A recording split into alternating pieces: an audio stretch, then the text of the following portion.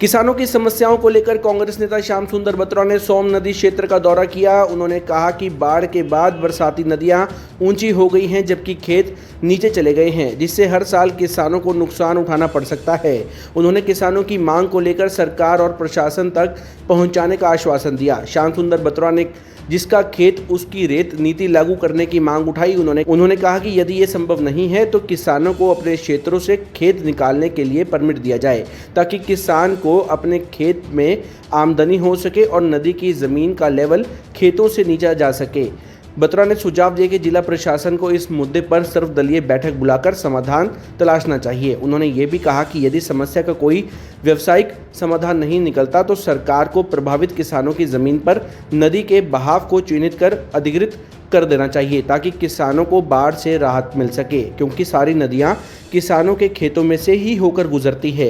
नदी के बहाव के लिए कोई भी ज़मीन अधिकृत नहीं की गई है। आपको बता दें कि सोम नदी के साथ लगते सैकड़ों किसानों के खेतों में बाढ़ के बाद कई फुट रेत जमा हो गया है, जिससे खेती करना किसानों के लिए बड़ी चुनौती बन गया है। किसानों का कहना है कि बरसाती सीजन में सोम नदी में आई बाढ़ अपने साथ भारी मात्रा में रेत लेकर आई, जो खेतों में जमा हो गई है। लंबे समय से समस्या बरकरार रहने के बावजूद अभी तक कोई स्थायी समाधान नहीं निकल। आज हम सब ये लोप्यों और त्याणों और छछरौली के बीच में जो सोम नदी का एरिया है, वहाँ सभी ये किसान हैं। ये सभी यहाँ ये इसी चीज़ को देख रहे थे भी नदी का तो लेवल हो गया ऊंचा और खेत हो गए नीचे, और यही हम आपके माध्यम से प्रशासन को भी, हरियाणा सरकार को भी एक सलाह देने के लिए आपके माध्यम से चाहते हैं कि उनको मैसेज जाए। पहली बात तो जिला प्रशासन को, डीसी साहब को सर्वदलीय बैठक बुला के और इसका कोई ना कोई हल निकालने की बात करनी चाहिए। पता नहीं तो ये हल निकालना नहीं चाहते या विपक्ष की बात ये सुनना नहीं चाहते।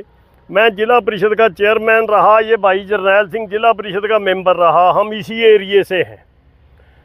पहली बात तो शुरू में गलती हुई कि नदियों की ज़मीन एक्वायर नहीं हुई, कोई बात नहीं, या तो सरकार इसको एक्वायर करे और इसकी सफाई करे और किसानों को पैसे दे। ये किसानों की मालकी है, कोई सरकारी ज़मीन नहीं है।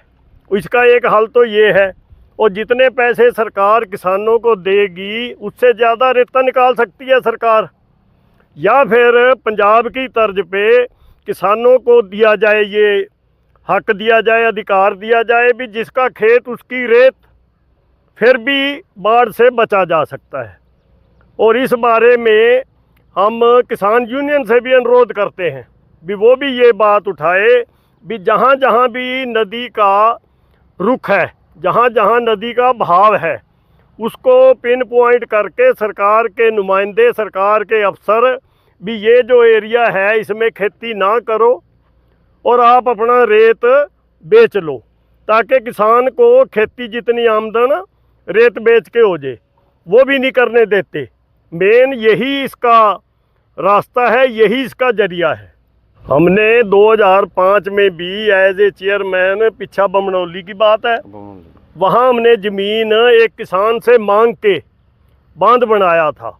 मेन समस्या ये है कि नदी का जो तल है वो ऊंचा हो गया, खेत नीचे हैं।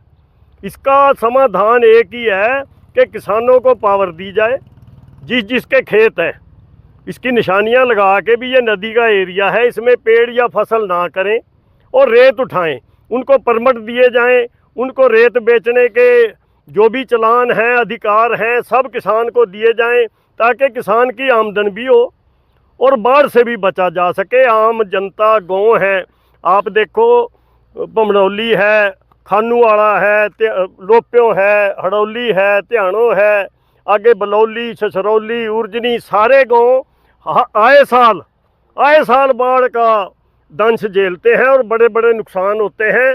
इन नुकसान से बचने के लिए सरकार को चाहिए, सरकार नहीं दखल देती, ये काम डीसी भी, जिले का डीसी भी अपने लेवल पे ये फैसला ले सकता है, बल्कि कि उनकी मंशा ठीक होनी चाहिए।